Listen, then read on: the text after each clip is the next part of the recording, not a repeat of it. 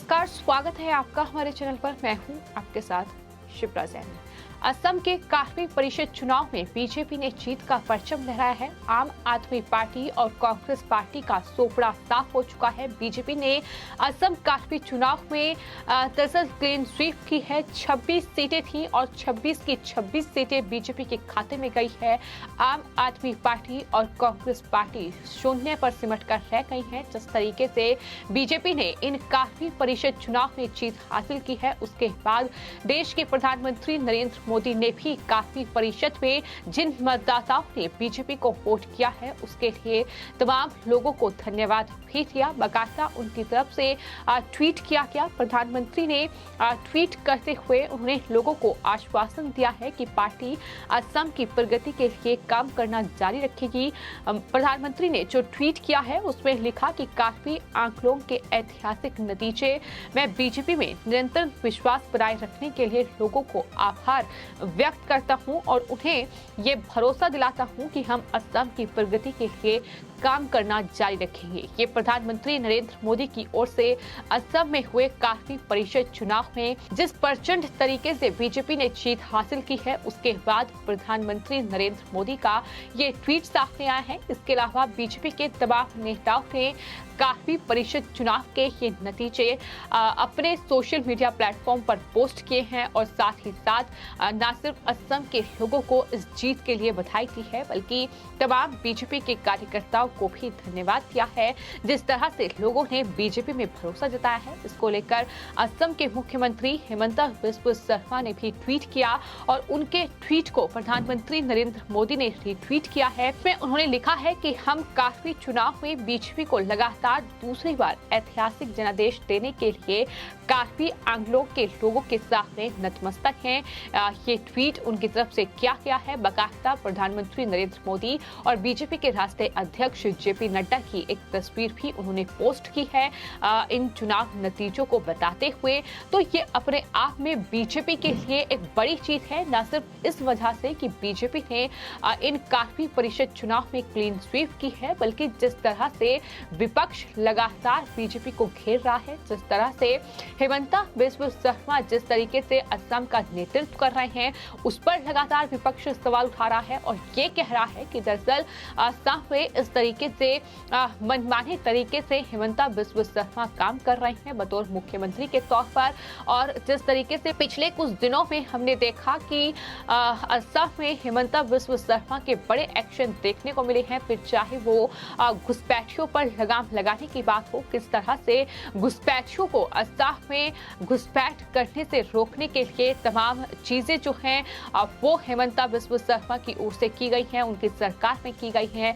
इसके अलावा रोहिंग्या और इन घुसपैठियों की पहचान कर इन्हें बाहर का रास्ता दिखाने का काम भी असम में किया जा रहा है, जो कि शायद पिछली सरकारों में नहीं हो पाया और शायद यही वजह है कि इस तरीके के हालात आज असम में हैं कि वहां घुसपैठे और रोहिंग्या बड़ी संख्या में मौजूद हैं, लेकिन उन्हें अब असम से बाहर का रास्ता हिमंता बिस्वा शर्मा की सरकार दिखा रही है।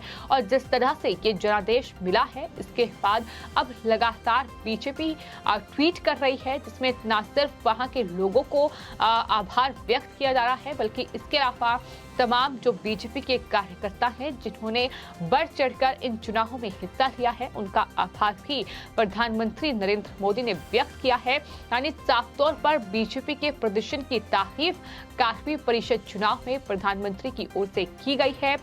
आपको ये बता दें कि पिछले साल सितंबर में काफी आंगलोंग जिले में सक्रिय 5 उग्रवादी संगठनों से हुए शांति समझौते के बाद काफी आंगलोंग ये परिषद के लिए पहली बार चुनाव कराए गए हैं। इस पर्वतीय जिलों में उग्रवादियों के साथ ये तीसरा समझौता है। इससे पहले साल 1995 और 2011 में समझौते हुए थे। पिछले साल हुए काफी आंगलोंग समझौते के तहत करीब 1000 उग्रवादियों ने आत्मसमर्पण किया और सरकार ने कार्बी इलाके के लिए 1000 करोड़ रुपए के विशेष विकास पैकेज की घोषणा की थी। कार्बी आंकलोक परिषद के चुनाव के साथ ही बुधवार को बोडोलैंड क्षेत्रीय परिषद के लिए बक्सर जिले की कोलाबाड़ी सीट पर उपचुनाव कराया गया था और मतगणना रविवार को हुई थी। इस सीट पर यूपीपीएल पार्टी के मंटू बोरा को जीत हासिल हुई थी, लेकिन इस तरह से जो कार्बी परिषद के चुनाव हुए हैं, जो कि जाहिर तौर पर एक उग्रवादियों का क्षेत्र, लेकिन किस तरीके से उग्रवादियों ने आत्मसमर्पण किया और उसके बाद सरकार लगातार उस क्षेत्र में विकास कार्य करा रही है और उसके बाद ये नतीजा है कि तमाम लोगों ने बीजेपी पर भरोसा जताया है। बीजेपी की ये प्रचंड जीत कार्बी परिषद चुनाव में हुई है। ये जीत न सिर्फ कार्बी परिषद चुनाव में बीजेपी की जीत है, बल्कि कहीं ना कहीं असम में हिमंता बिस्वा शर्मा सरकार ने विपक्ष को भी एक दो टूक जवाब दिया है।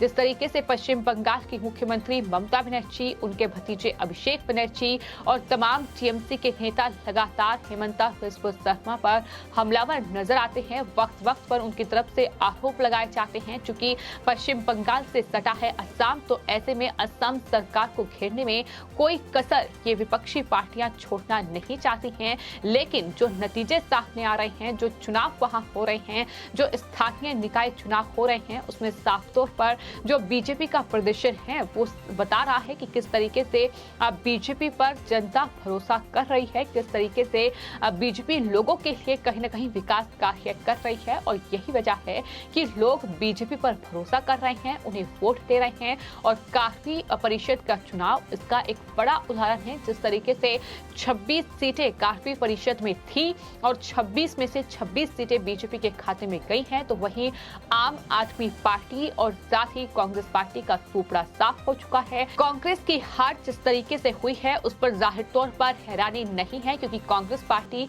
इसी तरीके से कहीं न कहीं देश में सिमट रही है। लेकिन वहीं आम आदमी पार्टी जो खुद को एक राष्ट्रीय पार्टी के तौर पर स्थापित करने की कोशिश कर रही है, दिल्ली से निकलकर पंजाब और उत्तर प्रदेश से निकलकर उत्तराखंड और अब असम तक भी कहीं न कहीं कोशिश ये है कि तमाम राज्यों में कहीं न कहीं अपनी सत्ता वहां बनाई जाए किसी भी तरीके से।